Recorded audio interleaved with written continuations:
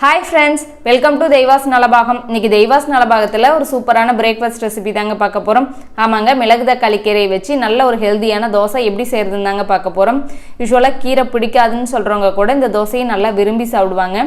குழந்தைங்க வந்து கீரை சாப்பிட்றதுக்குலாம் அடம் பிடிப்பாங்க. அவங்களுக்குலாம் இது போல தோசை செஞ்சு கொடுத்து பாருங்க. ரொம்பவுமே விரும்பி சாப்பிடுவாங்க. டேஸ்ட் ரொம்பவுமே சூப்பரா இருக்கும். அதை விட ரொம்ப சிம்பிளா செஞ்சிடலாம். வாங்க எப்படி செய்யறதுன்னு பார்க்கலாம்.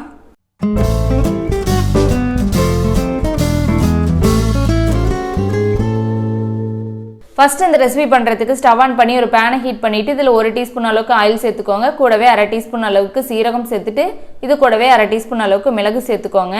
இதில் ஒரு 4லேருந்து 5 பல்லு அளவுக்கு பூண்டு சேர்த்துக்கோங்க. கூட காரத்துக்கு ஒரு பச்சை மிளகாய் எடுத்திருக்கேன், கட் பண்ணிவிட்டு அதையும் சேர்த்துட்டு நல்லா நம்ம வதக்கிக்கலாம். இந்த அளவுக்கு நல்லா வதக்கியாச்சு. இப்போ இதில் ஒரு 1/4 டீஸ்பூன் அளவுக்கு பெருங்காயத்தூள் சேர்த்துட்டு நல்லா கலந்து விட்டுருங்க. இப்போ நம்ம இதில் கீரையை சேர்த்துக்கலாம். நான் ஒரு கைப்பிடி அளவுக்கு மிளகு தக்காளி கீரையை பறித்து நல்லா க்ளீன் பண்ணிவிட்டு நல்லா வாஷ் பண்ணி எடுத்து வச்சுருக்கேன். இது உள்ளே சேர்த்துக்கலாம். தண்ணியெல்லாம் வடிச்சிட்டு சேர்த்துட்டு நல்லா இந்த எண்ணெயிலேயே ஒரு 2லேருந்து 3 நிமிஷத்துக்கு நல்லா நம்ம வதக்கி எடுத்துக்கலாம். குறைவான தீயிலேயே வச்சுட்டு இதை நல்லா நம்ம வந்து வதக்கிட்டு அதுக்கப்புறம் எடுத்து நம்ம அரைச்சிக்கலாம். இதில் வந்து தண்ணி எதுவும் நம்ம ஊற்றி வேக வைக்க தேவையில்லை. இந்த எண்ணெயில் வேகிறதே போதும். நம்ம திருப்பவும் அரைச்சிட்டு தோசையில் கலந்து வேக வைக்கிறனால ஒரு 3 நிமிஷத்துக்கு வேக வச்சாவே போதும். இந்த அளவுக்கு கீரையை நல்லா நம்ம வதக்கியாச்சு. இப்போ இந்த கீரைக்கு தேவையான அளவுக்கு மட்டும் ஒரு 1/4 டீஸ்பூன் உப்பு சேர்த்துக்கலாம். ஆல்ரெடி நம்ம தோசை மாவுலேயும் உப்பு போட்டிருப்போம். அதனால கீரைக்கு மட்டும் வந்து கரெக்டாக உப்பு சேர்த்துக்கோங்க. சேர்த்துட்டு நல்லா ஒரு வாட்டி கலந்து விட்டுறலாம். நல்லா கலந்து விட்டுட்டு ஸ்டவ் ஆஃப் பண்ணிடுங்க. ஆஃப் பண்ணிவிட்டு ஒரு மிக்ஸி ஜாரில் சேர்த்துட்டு இதை நல்லா ஃபைனாக நம்ம அரைச்சி எடுத்துக்கலாம். தண்ணி வந்து குறைவாக சேர்த்துட்டு அரைச்சிக்கோங்க. ஏன்னா தோசை மாவில் நம்ம நிறைய தண்ணி சேர்த்து அரைச்சிட்டோமா அதுக்கப்புறம் தோசை மாவில் சேர்க்கும்போது இன்னும் தண்ணியாட்டாயிரும். நமக்கு தோசை ஊற்றுறதுக்கு சரியாக வராது. அதனால் கொஞ்சமாக தண்ணி சேர்த்து இது போல் திக்காக அரைச்சிக்கோங்க.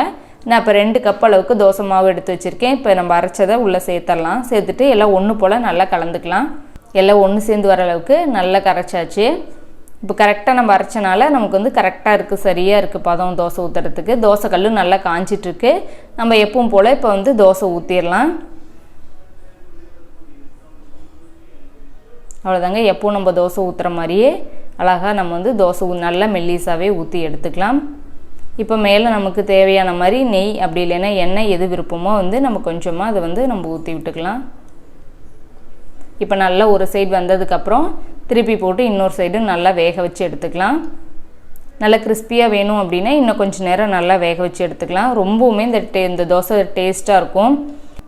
அவ்வளோதாங்க, நம்ம சூப்பரான மிளகு தக்காளி கீரை தோசை ரெடி ஆயிருச்சு.